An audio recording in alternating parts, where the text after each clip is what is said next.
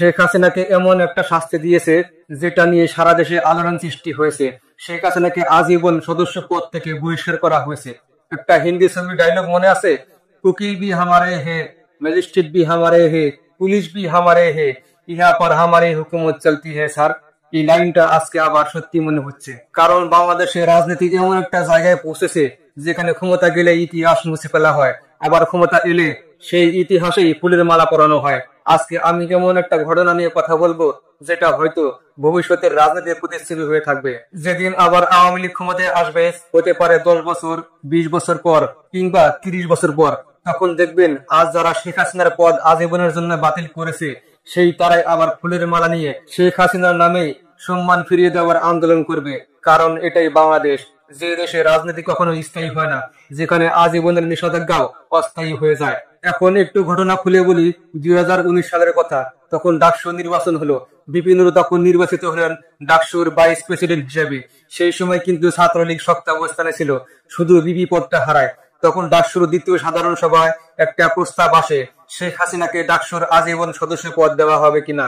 সবাই সম্মতি দেয়, নূরের অনুমতিতেই শেখ হাসিনাকে সেই সদস্য পদ দেওয়া হয়। কিন্তু কাকতালীয় ভাবে 2025 সালের ডাকসুর দ্বিতীয় সাধারণ সভাতেই সেই শেখ হাসিনার আজীবন সদস্য পদ বাতিলের সিদ্ধান্ত নেওয়া হয়েছে। মানে 2019 সালে তাদের হাতে পদ দেওয়া হয়েছিল, 2025 সালে তাদের উত্তরসূরিরাই সেই পদ বাতিল করেছে। এখন ডাকসু কাদের দখলে জানেন? গণমাধ্যম বলছে বর্তমান ডাকসুর 90% সদস্য এখন ছাত্র শিবিরের ঘনিষ্ঠ, অর্থাৎ আগে ছিল ছাত্রলীগের দখলে, এখন শিবিরের দখলে। তাই শেখ হাসিনার পদ বাতিলের সিদ্ধান্তে তারা ইতিগতভাবে একমত হয়েছে। এখন শুধু আনুষ্ঠানিক ঘোষণা বাকি। এখন প্রশ্ন হলো, শেখ হাসিনা তো ঢাকা বিশ্ববিদ্যালয়ের ছাত্রী ছিলেন না, ছিলেন ইডেন কলেজের। এই পদটা দেওয়া হয়েছিল রাজনৈতিক মর্যাদার ভিত্তিতে। আজকে যদি সেই পদ তুলে নেওয়া হয় তাতে রাষ্ট্রের কিছু যায় আসে না, কিন্তু এটা ইগো, সম্মান আর রাজনীতির প্রতীকী মান হারিয়ে ফেলার একটা উদাহরণ হয়ে থাকবে।